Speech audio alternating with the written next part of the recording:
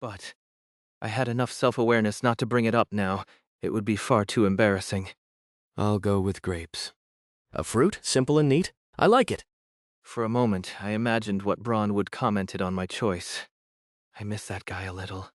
Pushing away the sense of loss over my good friend, I kept the conversation going. And what should I call you, Agent? My code name is Bronze. All right, Agent Bronze. Lately, I've been getting a lot of new recruit-like treatment. Is it just my imagination? In any case, we continued checking below as we ascended, keeping a vigilant eye out to ensure no students were following us up the stairs. One of us always kept an eye on the upper floor, and finally we arrived. The third floor, where the second years stayed. The students from the lower floor had naturally left our line of sight and didn't appear at the top of the stairs either. It seemed they had found someone else to chase. Still, we kept glancing back at the stairwell as we stepped into the third-floor hallway. Under the bright ceiling lights, the hallway was surprisingly clean. No blood, no filth, no corpses, not even people sitting frozen, tears streaming as they stared desperately at a student. Even the student entities were nowhere to be seen, and I thought I knew why. They've sealed the doors. Someone had already locked all the classroom doors. Chains and padlocks were even looped around some. This has to be the work of Daydream Inc. employees. It matched our manual perfectly. Students in Sekwang Technical High School uniforms exhibit some resistance to damage or destruction of school property. When not provoked, closing and locking doors quietly has been observed to render them inactive, often seated at desks.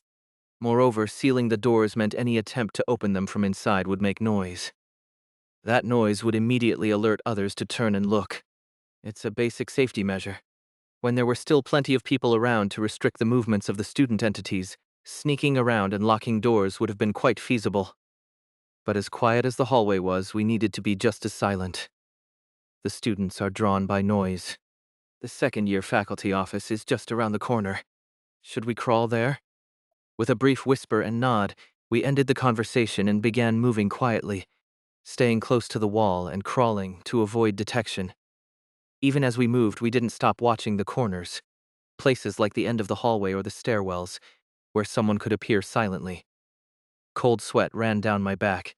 Just a little further, just a little more. We just had to pass through without rushing. We had made it more than halfway when a blood-curdling scream came from beyond the hallway. I couldn't bring myself to look up. The sound of doorknobs being rattled echoed from every locked door. The students had heard the noise, too. The agent and I crawled frantically down the hallway, desperate to escape. When we finally turned to look back, fortunately, the rattling stopped, likely because the scream had been a one-time occurrence. However, I could see faint shadows of figures standing behind some of the doors, peering out. At least they weren't looking in our direction. That was our one saving grace. The only consolation was that we'd reached our first destination. Second-year faculty office. Turning the corner, it appeared before us. But this office was also locked up tight. Chains and padlocks secured the doors, and the windows had been covered from the inside with something like newspaper, preventing us from seeing in. It was eerily unsettling, yet I couldn't have been more relieved to see it. Please keep watch for a moment. The agent slipped a thimble-like item onto his finger, then inserted it into the lock on the faculty office door. Though the thimble didn't seem to match the size of the keyhole, it slid in easily, and the lock clicked open. Disaster Management Bureau equipment really lived up to the hype. There may still be students inside, so let's be cautious as we enter. And when we opened the door, what greeted us was completely unexpected. Quietly close the door. I shut the door behind us. There were no students inside. Instead, about 7 people were locked in a tense standoff, glaring at one another. High schoolers wearing animal masks stood on one side, and others, holding translucent pistols, stood on the other. Disaster Management Bureau agents and Daydream Inc. employees. On the table in the center of their standoff was a single fountain pen. I recognized it immediately. Fountain pen of second-year student something unknown. It seemed they were locked in a standoff over who would claim it. Instead of exploring the ghost story, they're wasting manpower on this. It seemed they hadn't noticed our entrance until it was too late. Several of the agents finally spotted the codename Bronze beside me and greeted him warmly. But Bronze, rational as always, was unlikely to empathize with the situation. Before I could protest, Bronze had already stepped forward to join the agents. The animal-masked Daydream employees were staring intently at me, especially the two who recognized me.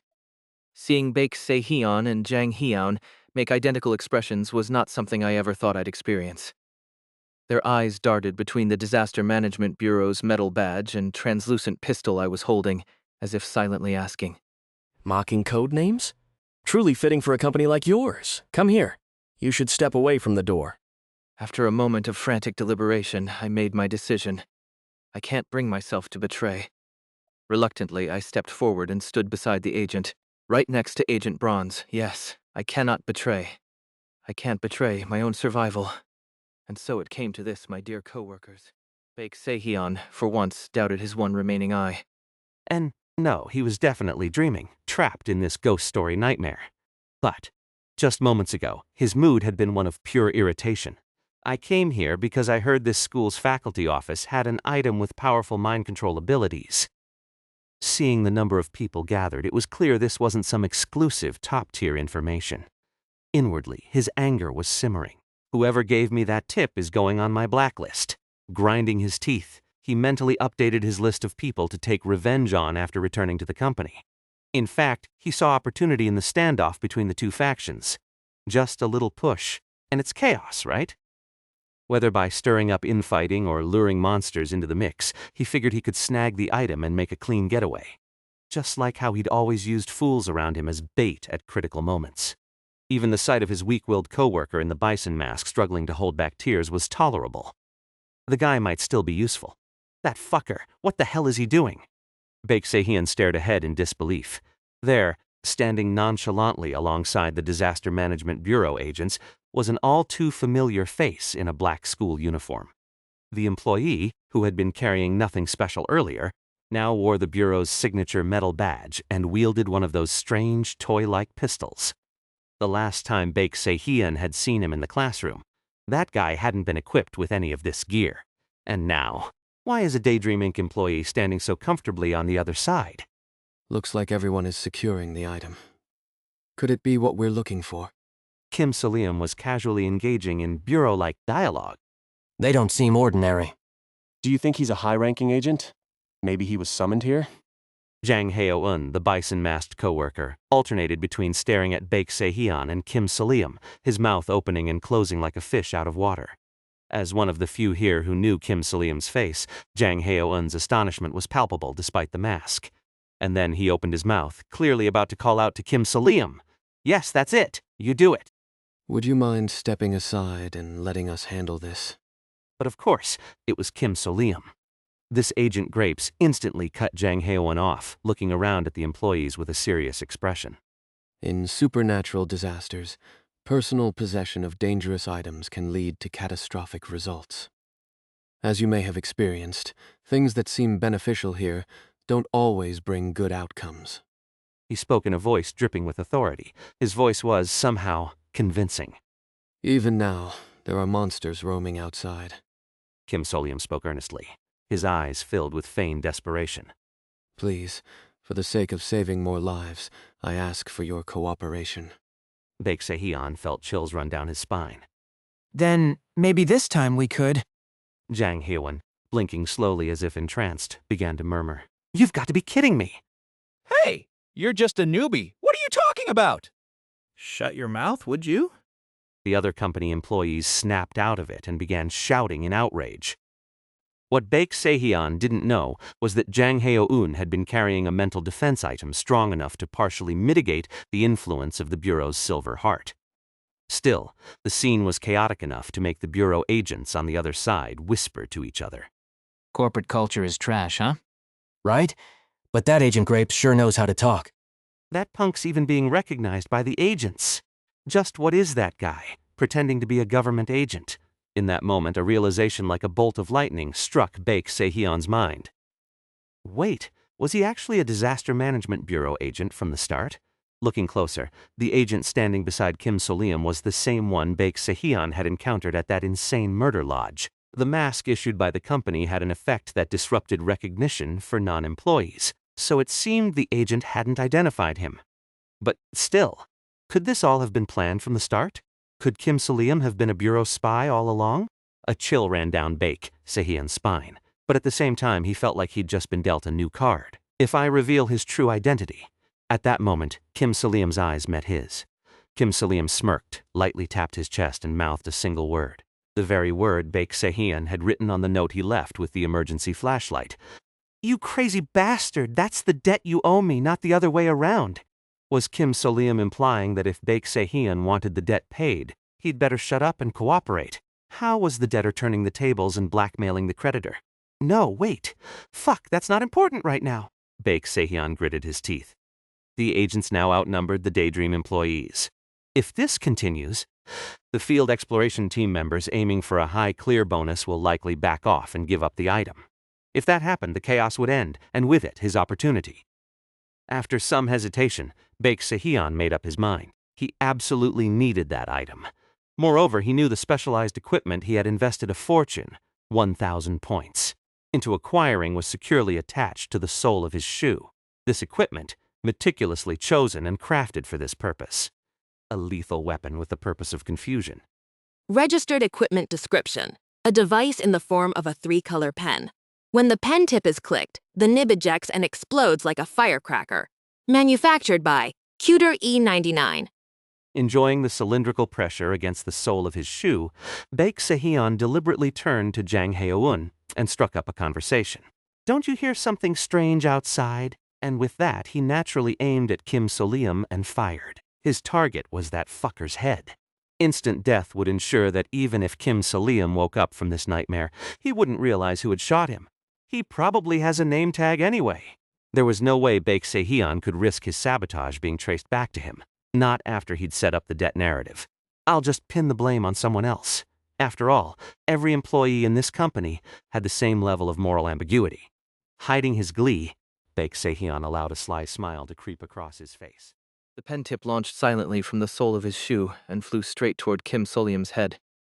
Kim Soleum casually tilted his head, dodging the pen tip. Kim Soleum glanced at Baek Deok-soo. "How many times do you think I read about your equipment usage on the wiki?" He already knew how it was loaded. You click the left heel twice. Not that he had expected much, so he wasn't even angry. But I can't let this slide. At that moment, Kim Soleum grinned at Baek Deok-soo. I know you fired it. "You're fucking screwed." Baek Deok-soo felt a chill run down his spine. The learned fear surged to near panic levels, but his objective of creating confusion had succeeded nonetheless.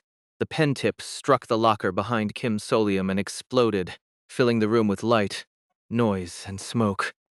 At this level of chaos, it didn't matter how softly anyone spoke. This kind of commotion was enough to lure the students, even if it meant they'd tolerate some damage to the school's property. They'd be coming soon. Everyone crouched and pressed themselves against the walls. The smoke obscuring their vision created the worst possible conditions in this nightmare school. For now, survival instincts overrode the need to find the culprit. Baek Deok-soo seized the opportunity to lunge at the table. Fountain pen of second-year student unknown. He snatched the item and stuffed it into his pocket. Blending seamlessly back into the crowd of employees, Baek Deok-soo joined the rush to flee the faculty office. Inside, the bureau agents, who had maintained a near-perfect formation to monitor all angles, only realized what had happened once the smoke began to clear. The fountain pen and the Daydream employees were gone. Those Daydream bastards. Kim Soleum had suddenly become guilty by association. Kim Soleum, who had been keeping an eye on Baek Deok-soo the entire time, caught the exchange. But the situation was too urgent to dwell on it. There has been a death in the third-floor hallway. The deceased is second-year student Kim Sora. The Daydream Inc. employees fleeing down the hallway had killed one of the students. 5 seconds of darkness. Flashes of light from flashlights. With both people and monstrous entities running rampant, this resembled a scene from a B-grade slasher film. A suffocating type of terror different from the earlier stillness. There, in the window, amid the gruesome carnage unfolding in every direction, I somehow managed to spot the students trying to enter the faculty office through the mist and freeze them in place. It felt like playing a nightmarish tower defense game. Or maybe a horror game where I was trapped and utterly cornered. The only silver lining was that the agents were taking the brunt of the aggression, leaving me mostly out of the spotlight. But even that had its limits. The instant a drop of blood splashed into my eye, I had no choice but to blink. A student's hand, hooked like a claw, stopped just above my head. I quickly stepped back. My skull had almost been crushed. My hair stood on end. My heart felt like it would give out. This was a death trap.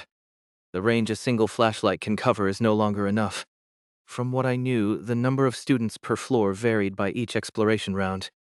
But there were at least 20 students on any given floor.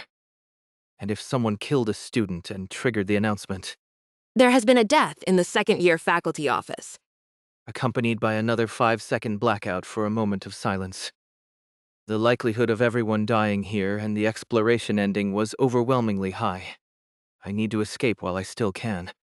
I needed to find the others on another floor and join forces with them. The mist was beginning to clear, and the blackout had just ended. I slid across the faculty office, cutting through the carnage of blood, gore, and violence, and made it out through the door that had been open from the start. As the mist dissipated, I spotted Agent Bronze. He was grappling with an employee wearing an animal mask, and the owner of that mask was Jang Hyo-eun from the Y Squad roundoff team. So you didn't manage to escape with the others, huh? Use this to restrain him. The agent tossed me what looked like a pair of handcuffs. Clearly, he thought I had come to assist him. But I had already decided to cut ties with everyone here. Jang Hyo-eun, startled by his own outburst, slapped a hand over his mouth. He had called me by the name of my mask. The look on the agent's face said it all. Damn it, if that's the case. I swiftly caught the handcuff-like item the agent had handed me, and then I clamped it on him instead. The cuffs expanded, binding the agent's arms and mouth, with a silver chain extending from them to my hand. Dragging Jang Hyo-eun and the restrained agent, I bolted out of the faculty office. The moment of silence is over. May the deceased rest in peace. Leaving behind the chaos of the faculty office, we sprinted madly up the stairs. A couple of students followed us out, but were drawn back by the ongoing commotion inside the office. Keep an eye on what's above us. Jang Hyo-eun responded quickly, diligently watching the upper stairwell. I stopped midway up the stairs, watching as the students who had been following us disappeared, and turned my head, wanting nothing more than to wipe the sweat off my face. And that's when I made eye contact with the restrained person at the end of the chain I was holding. Agent Bronze from the Disaster Management Bureau was glaring at me like he wanted to kill me. At this point, I had no choice. With a speed I'd never achieved before in my life, I began crafting an elaborate emotional appeal. Agent Bronze from the Disaster Management Bureau was glaring at me like he wanted to kill me. At this point, I had no choice. With a speed I'd never achieved before in my life, I began crafting an elaborate emotional appeal. I am walking up the stairs of a nightmare school with an agent from the Disaster Management Bureau, while dragging him along like a prisoner after restraining him. For context, I used an item he handed me to betray and restrain him. This definitely feels like I've crossed the line. By tomorrow, I might find myself on the Disaster Management Bureau's blacklist, conscripted for whatever sinister purposes they have in mind.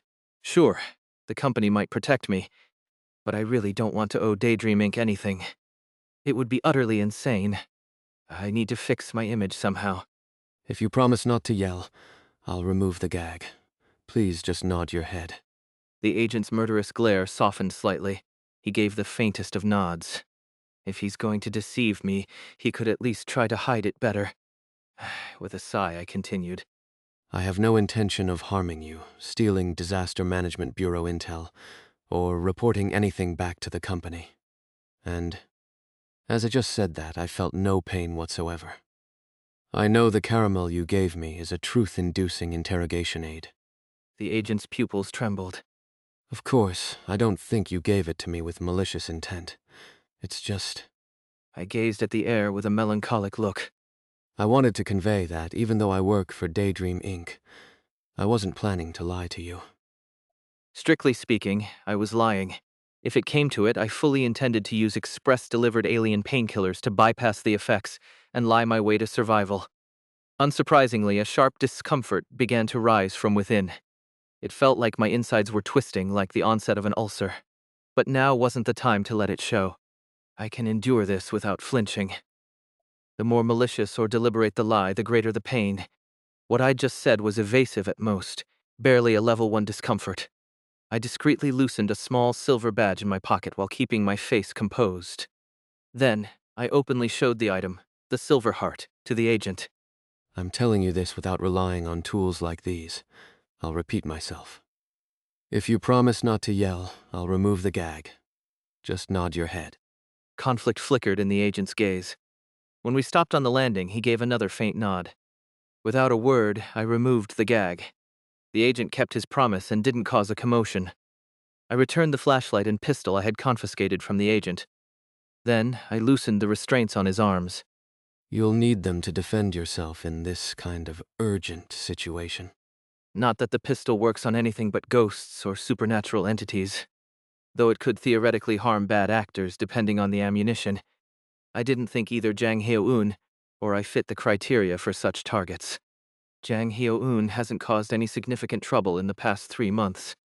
Still, I didn't completely remove the restraints. If the agent escaped before I finished winning him over, it could spell disaster. I offered a plausible excuse. It's too dangerous to wander off alone here. I'll keep the restraints on until your judgment fully returns. We cautiously ascended the stairs, keeping watch in all directions. Suddenly, the agent asked, Is Rodeer your alias? Your group operates in units and uses aliases derived from your masks, correct? Are you a squad leader? No, just a new hire. This one here is a fellow new hire. With a faintly bitter smile, I pulled a half mask from my pocket and placed it over my face. The familiar texture of bark with horns sprouted settled over my skin. The agent looked at me, visibly shaken. Then I heard Jang Hyo-eun's subdued voice. I'm sorry, Mr. Rodeer. I know you were trying to help me. No, it's fine. You must be very flustered. Honestly, compared to Baek Sahyun, who was determined to get me fucked up, this was something I had already braced myself for when I decided to act as a temporary agent.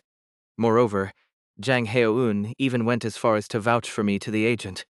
Mr. Rodeer is truly a kind and dependable person. Even when we first met, he risked his life to save me from the darkness. That's, an exaggeration. We just helped each other to survive the darkness together. The agent fell silent, a complicated expression on his face. At least he didn't try to smack me with the grip of that small pistol, and I'll take that as progress. Entering the 4th floor. We ascended the final stretch of stairs. From the 4th floor onward, this ghost story starts getting even more warped. For one, when students die, there's no announcement over the speakers anymore.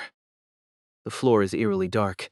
Most of the lights were already shattered or burnt out, and the few remaining ones flickered sporadically, except for a handful that stayed on. And the bigger issue, dozens of students were standing in the hallway, and they were already staring directly at us. In the dimly lit school hallway, they lined up like mannequins along either side.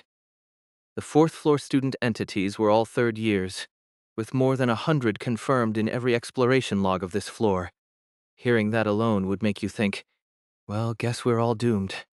They cannot leave their positions. But the students on the 4th floor, they don't move at all. It's like their feet are glued to the classroom floor. Excerpt from Exploration Record TS-09. As long as they're not lunging at us and stay rooted in place, we can avoid danger by staying out of their territory. If we have to approach, we can stop them by maintaining eye contact to freeze their movements. The problem is how easy it is to lose track of them in the dark. And they're very, very cunning. They often exploit psychological tactics to catch you off guard. I confirmed that Jang Hyo-eun had pinned the name tag he had retrieved from one of the school's students onto his blazer, then spoke firmly. Let's proceed cautiously and thoroughly investigate the 4th floor. There were no objections. We entered the gaps between the students. Jang Hyo-eun swallowed nervously. It felt incredibly unsettling to brush past the sleeves of those students while trembling with fear. But he gritted his teeth, thinking he had to be useful. He couldn't shake the feeling that he had somehow ruined his kind colleague Kim Soleum's exploration. What was he planning to accomplish by accompanying the agent? He was probably aiming for a high score, a clean clear. According to the manual, the longer you survive here and the more name tags you collect, the higher the concentration of dream essence in the collector. But it was too dangerous. Kim Soleum hadn't even glanced at the name tags on the fourth-floor students. Jang Heo-un decided not to overthink it. Relying on his own judgment wasn't exactly a strong suit. Instead, he focused on diligently watching the approaching students, especially when entering areas where the lights were shattered or flickering. He aimed the flashlight obsessively. Mr. Buffalo, watch the rear. His voice trembled slightly. Jang Heo-un turned to look behind them, walking backward. From where they had passed, dozens of students were now turning their heads and stretching out their hands toward them. There's the music room up ahead. Let's hang in there just until we reach it. Soon they reached a section entirely devoid of lights. In the suffocating darkness, the students stood eerily still, staring silently at them. They advanced cautiously, illuminating the gaps between them with their flashlights. A light blinked somewhere. It felt like a power outage had occurred. Something felt wrong. There aren't any lights here, so how could one flicker? Jang Hee-woon realized it a step too late. It wasn't a power outage. The flickering light was someone's flashlight up ahead. Just now, someone had lost sight of their surroundings. Jang Hee-woon almost turned around in panic, but a calm voice from behind him stopped him. We have to keep moving. Kim Soleum's voice was strained, mixed with heavy breaths. The metallic scent of blood. As Jang Hee-woon backed away, he noticed red liquid dripping onto the floor. Focused on the students, he hadn't been able to see clearly, but the ground beneath his shoes was slippery. He spotted the hand of a student reaching out from the middle of the hallway, close enough to brush against his waist. It was drenched in crimson, blood dripping from its fingertips. Jang Heo-un fought the urge to retch. When they finally made it out of the crowd of students and turned around, Kim Soleum stood clutching his abdomen, his face pale as a sheet. The flashlight in his hand flickered once more. With a faint smile on his ashen face, he said, Effective illumination time, 60 minutes. Emergency flashlights weren't meant to last long. Though they had prepared supplies, the two of them had failed to account for the time left on the flashlight the other was carrying. Please don't speak. Jang Heo-un struggled to suppress his nausea. The agent instinctively joined in. Together, the Daydream Inc. employee and the Disaster Management Bureau agent hurriedly helped him into a nearby classroom. Even there, a few students peeked inside. They managed to set Kim Soleum down just outside the student's range. Seated on the floor, clutching his wound, Kim Soleum spoke. The one wearing the horned mask, his face strained from the pain, forced a smile. Kim Soleum reached out with his free hand and completely undid the agent's restraints. I almost forgot. Now you can leave. The agent ignored him, and instead pulled a spare name tag from his pocket and shoved it into Kim Soleum's jacket. You don't have to give it to me. Don't you need it for something else? Go ahead. I'm sure there are others on this floor. If you join them, you'll be fine.